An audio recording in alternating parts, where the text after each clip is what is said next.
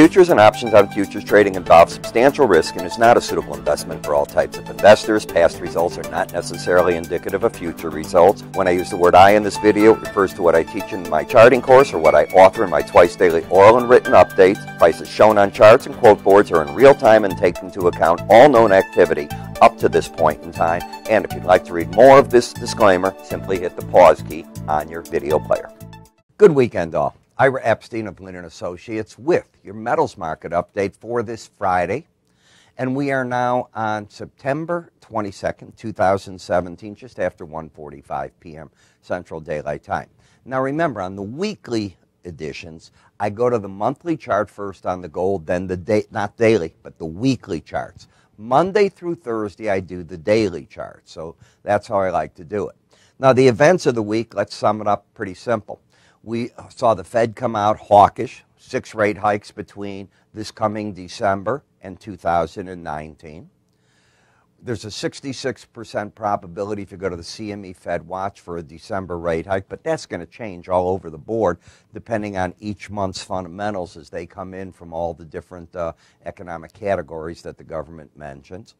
We have North Korea, obviously, threatening again to launch now a hydrogen bomb over the Pacific. Whether they do that, I don't know. What the world reaction would be, I don't know. Is it just a lot of talk? I don't know. But the big event, if China holds its word, is they're going to shut down their banking system to North Korea for business transactions. That's very important. If they do that, the squeeze play goes on, and the idea here, and I think the idea is clear, it's how do you get North Korea to the table for talking? You know, we did it with Iran. We don't agree. We may pull out of the treaty, but I think you'd agree that has tamed itself down. North Korea hasn't, and I think the Trump administration wants to go that way. The other thing that the metals will look at and the financial markets are going to look at, it looks like President Trump's going to lose on the health care bill. John McCain just came out and said he's opposed, Rand Paul's opposed, pretty much game over at that point. When we take a look at the gold chart, you've had a nice rally into, for the month, the 100-month moving average of closes. That's in green at 1329.60, and you're correcting back from it, back down to 1264.70. On the way up, the important thing is for those of you that get our price count studies that are in our charting software now, we used to mail them. We don't do that anymore. We put them in the study. Everything's in your research center in our trading platforms. Well, you hit your upside targets, and now the market's in its setback stage. Excuse me, I got bad allergies. They're firing up in Chicago. We're 94 degrees yesterday, 90-something today. It's hotter than summertime was, and it's going to be fall. 1209.70 up to 1358.50, back down to 1295. Now, if you look at the whole move, you're going to say you went up roughly $1.50. Half of that's $75. So anything in the 1275 level be about a 50% retracement, and that would be where I'd look for some support to be possible. When you just look at a weekly bar chart with nothing on it, the key now, if you're going to keep the pattern of higher lows that I've got them marked with the arrows and higher highs, is to not take out 1280.30. That's $15 from here. Let's assume you take it out. Then the market has to restructure itself going into to create another uptrend like that. Doesn't mean it can't go higher without it, but once you get these set up, they have their own dynamics, and they work pretty neat once they get going. The support for the market's going to move this week, but ending the end of the week, it's 1274.50. Now, it's been moving on average only about $2 to $3, so I don't think it's going to get over this 1280.50, even if it tries to move up very much here come Sunday night when the markets reopen. So if it goes there, it negates the uptrend. It doesn't start a downtrend. You just go back to a nothing in the gold market at that point. And remember, one of the things affecting the market is the idea of 6 rate hikes. Come on. Where's the inflation the Fed's fighting? They're trying to put the dollar up, which would be an enemy of the gold market, and without real inflation kicking on and higher interest rates, that would pretty much hurt this market. You're not seeing North Korean threats kick it up either, right? Look for the week. You're down $26.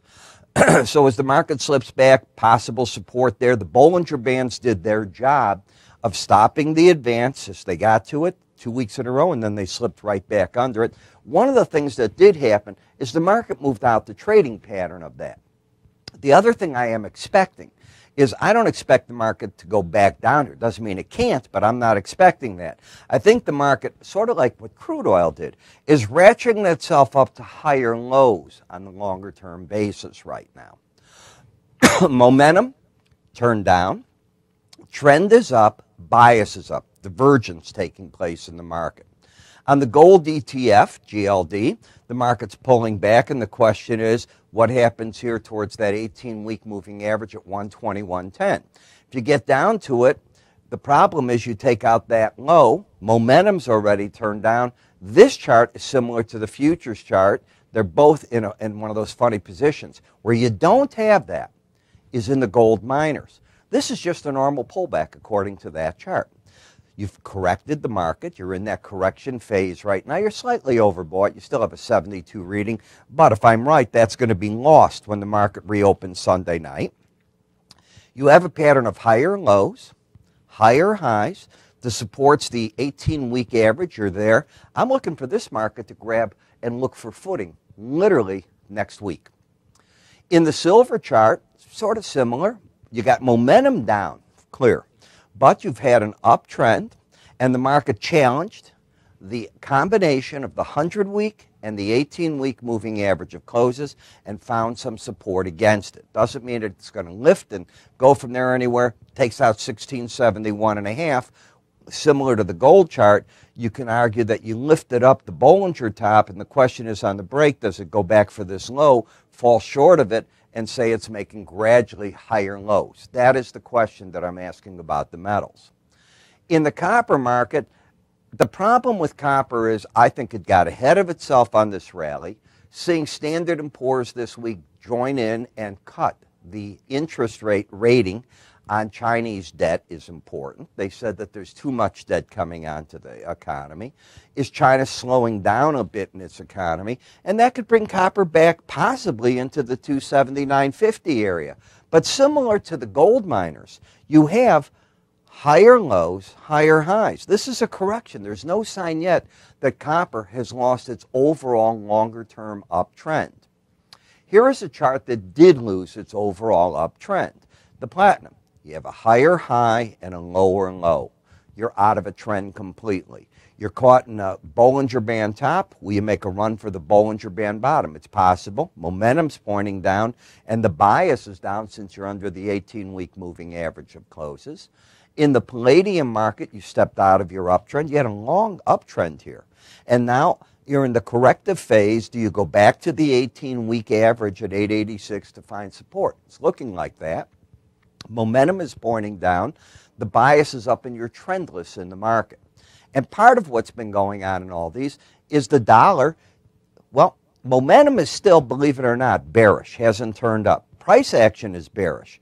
The market made a lower low, came back, and it looks like it could settle higher for the week. It's early yet. I don't have the settlement prices. Get over 92.66, and that probably means more of a dollar rally, which could be even more bearish for the metals. Don't do that and start another leg down.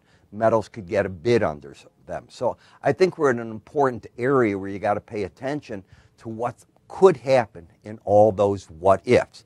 Obviously, if we see a nuclear bomb go over the Pacific Ocean and off over the weekend, all bets off. I mean, then what do you have on your hands? Let's assume that doesn't occur. Well, who knows? At that point, it's still a word game, and how much pressure can the world put on North Korea to get them to the table with China's help? It's all going to be very, very important. I'm going to be writing about all this through the weekend. You know, I start writing my first reports Sunday afternoon, and I publish them for my subscribers on Sunday night.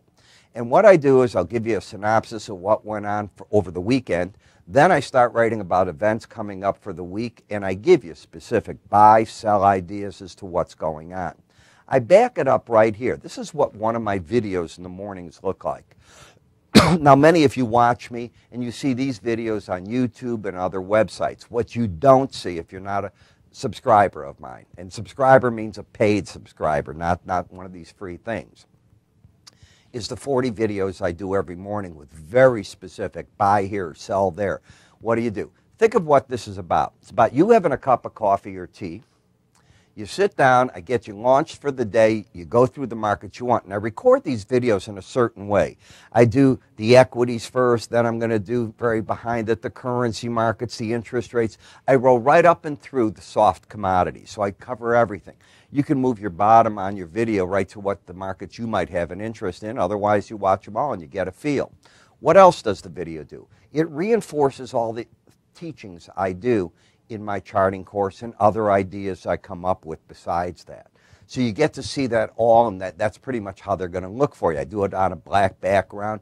Then I back it up, as I said, during the day with writing. And, of course, I try to put out our company research with it. So you get an awful lot for it. Let's assume you haven't tried it. There's a free trial. Let's assume you have tried it. Subscribe. It's the time of the year. If you buy a cup of coffee a day, you're spending a lot more than my research. Got that? It's really inexpensive, and the idea is to help you trade. We'd love to have your brokerage business, but it's not necessary, okay? Call us. You can go to our website, as you can see right here. You can come up here if you're watching me on YouTube and click on that icon, or underneath us on many websites it'll say, click here for Ira's free offers. Do so, and away you go. I'm Ira Epstein. Have a great weekend, and I'll see you in the financial video shortly.